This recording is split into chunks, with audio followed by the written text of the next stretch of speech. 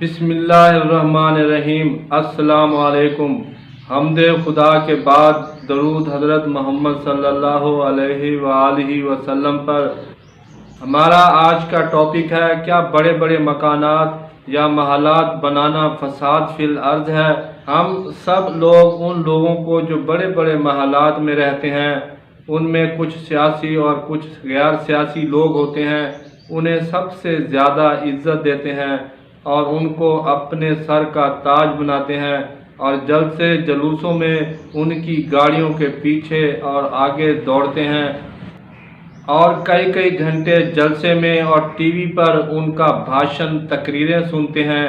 کیا یہ محلات میں رہنے والے لوگ خدا کے نزدیک برگزیدہ اور نیک اور صالح لوگ ہیں؟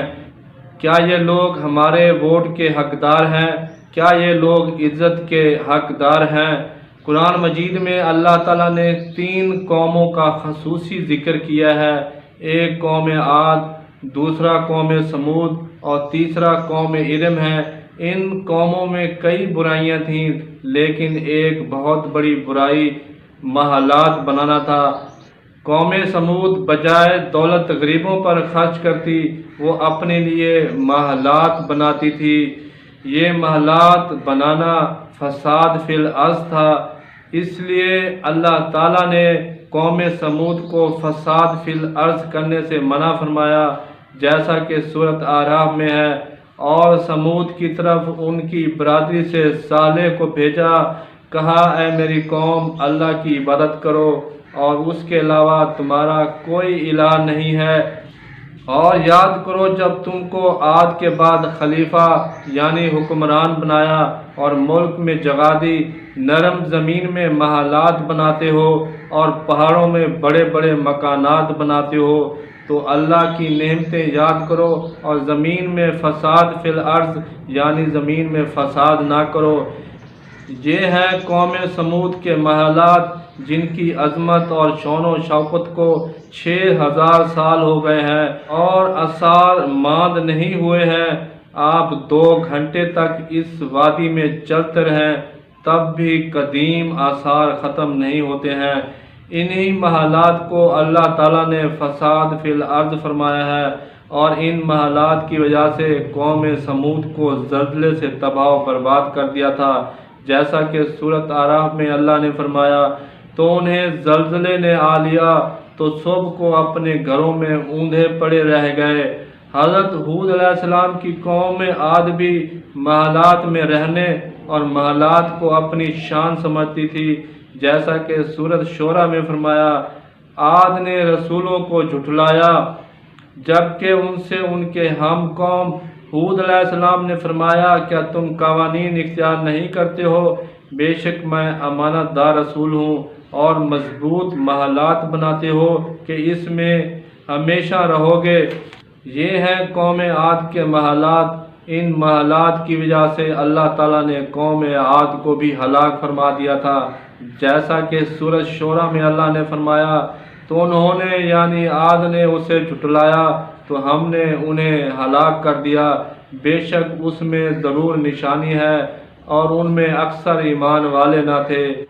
اللہ تعالیٰ نے سورۃ الفجر میں ایک بار پھر قوم سمود اور قوم ارم کا ذکر کیا ہے کہ یہ دونوں قومیں بھی بڑی عمارتیں پہاڑوں کو تراش کر بناتی تھیں، تو محلات بنانے کے جرم میں اللہ تعالیٰ نے تمام قوموں کو تباہ کیا اور ان پر عذاب کا کوڑا مارا، جیسا کہ سورۃ الفجر میں ہے، کیا تم نے نہ دیکھا تمہارے رب نے عاد کے ساتھ کیسا کیا؟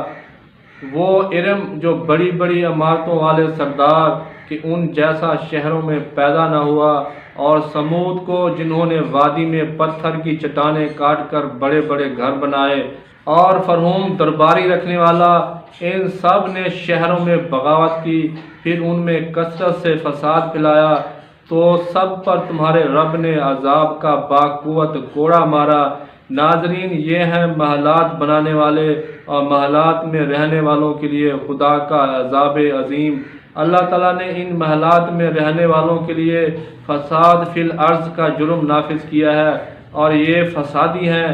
اور یاد رکھیں کسی بھی قسم کا فساد کرنے کا جرم کا مطلب ہے اللہ تعالیٰ اور اس کے رسول سے جنگ کرنا، جیسا کہ اللہ تعالیٰ نے سورۃ المائدہ میں فرمایا، وہ کہ اللہ اور رسول سے جنگ کرتے ہیں یا زمین میں فساد پھیلانے کی کوشش کرتے ہیں، ان کی سزا یہی ہے کہ قتل کیے جائیں یا سولی دیے جائیں۔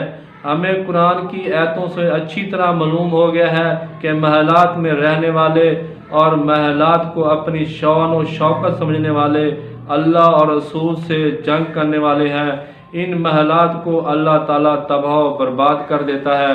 اب ہم آج کے حکمرانوں کے محلات دیکھتے ہیں اور سلطانوں کے سلطان، سب سے بڑے حکمران حضرت محمد صلی اللہ علیہ وسلم کا گھر دیکھتے ہیں۔